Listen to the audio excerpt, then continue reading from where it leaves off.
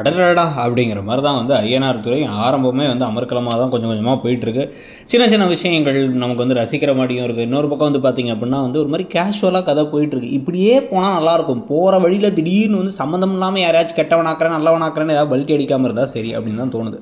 So இதில் வந்து பார்த்திங்க அப்படின்னா வந்து முதல்ல இப்போ சேரனை பொண்ணு பார்க்க வர போகிறாங்க. ஆனால் அதுக்கு முன்னாடி வந்து பார்த்திங்கன்னா ஒரு மாதிரி ரொம்ப அவமானப்படுத்தப்பட்டு கடுப்போடு இருக்காங்க இப்போ நிலா. ஏன்னா வந்து நிலா வந்து அந்த சூர்யா வேறு திருப்பி திருப்பி வம்புழுக்கிறதும் ஸ்பூன் வச்சு சாப்பிட தெரியுமா, ஒரு கார் ஓட்ட தெரியுமா அப்படின்னு உனக்கு டிரைவர் வேலைலாம் பார்க்க முடியாதுன்னா பேச பேச பேச இவங்களுக்கு அப்படியே கடுப்போட மேலே போய் உட்காந்துக்கிட்டு என்ன பண்ணுறாங்க அப்படின்னா வந்து தலையிலே கொட்டுன்னு கொட்டுறாங்க அவங்க அண்ணனை தாசை.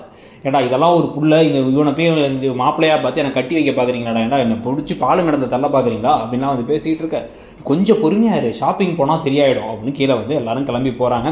போகிற வழி ஃபுல்லாகவே சோழன் நமக்கு மிரர் வழியாக அப்படியே பார்த்துட்டே வரார். அந்த பொண்ணையே பார்த்து ரசிச்சுட்டு வந்துட்டு இருக்கார் அவர். இதுக்கு நடுவில் இங்கே பொண்ணு பார்க்க வீட்டுக்கு வந்தவங்க அவங்க வீடெல்லாம் பார்த்து எல்லாத்தையும் இது பண்ணிட்டு, ஆனால் சோழன் ஏன் அண்ணனுக்கு பொண்ணு பார்க்கும் போது இல்லைன்னு தெரில. ஸோ பொண்ணெல்லாம் வீடெல்லாம் பார்த்ததுக்கு பிறகு நீங்கள் தனியாக போகலாம்ல அப்படின்னு வந்து இந்த ஒரு பழைய விஜயகாந்த் படத்தில் கேட்பாங்க, அந்த மாதிரி கேட்குறாங்க. இல்லை எனக்கும் கடைசி தம்பிக்கெல்லாம் 12 வயசு டிஃப்ரென்ஸ், நான் உனக்கு அப்பா மாதிரி, நான் கண்டிப்பாக உங்களை விட்டுலாம் எங்கேயும் போக மாட்டேன் அப்படின்னு பாண்டியன் ஷோஸோட ஆரம்ப கால கதை மாதிரி சொல்லிகிட்டு இருக்காரு இவர். அதனால் நாங்கள் இப்போ சீசன் 1 மாதிரி, அதனால் வந்து நாங்கள் ஒன்றா தான் இருப்போம், என் தம்பிங்களை விட்டு நான் வர சொல்லாதீங்க, அப்படி தான் வந்து கல்யாணம் ஒன்று எனக்கு வேணாம் அப்படின்னு பரவாயில்ல நல்ல பையனாக தான் இருக்கார் அப்படின்னு அந்த வீட்டில் முடிவு பண்ணி அவங்க என்ன பண்ணுறாங்க அப்படின்னா வந்து அங்கே அக்கம் பக்கம் விசாரிச்சா அவங்க பெரியப்பா வேணுன்னே வந்து அவன் கொலகாரனோட பையன் அப்படின்னு சொல்லி கல்யாணத்தை கெடுத்து விட கடும் கோபத்தோட ஒரே பிரச்சனையோட அந்த ஃபேமிலி திட்டிட்டு போயிடுறாங்க.